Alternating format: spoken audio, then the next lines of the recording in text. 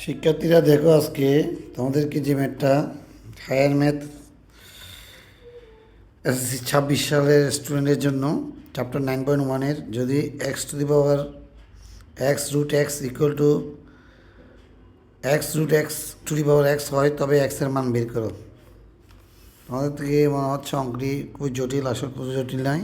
আমি কীভাবে করছি দেখো স্যার, মনোযোগটা রাখো।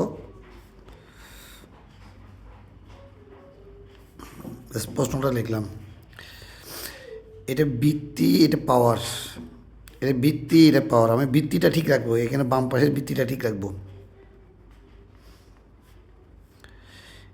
এই বৃত্তিটা, এটা আমি এটাকে সম্পূর্ণ এক্স কীভাবে করতেছি দেখো। এক্সের মাথার উপর কিছু না, এখানে ওয়ান ডট, এটাকে বাংলায় এক্সের মাথার উপর half into X. X to এটা রেখে দিই, বাম পাশেরটা কিছু করবো না।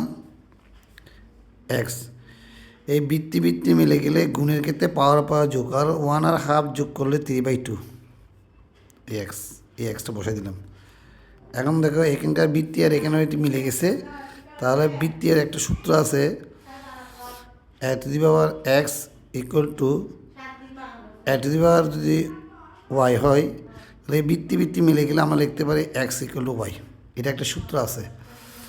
ওই সূত্রের আলোকে আমি লিখতে পারি এক্স এক্স চলে গেলে পাওয়ার ইকুয়াল, তাহলে X root X equal to 3/2 X. নব্বই পাশে এক্স বাদ দিয়ে দাও, তাহলে রুট এক্স ইকুয়াল টু 3/2। এখন বর্গমূল যেটা আছে বর্গ করে ফেলবো,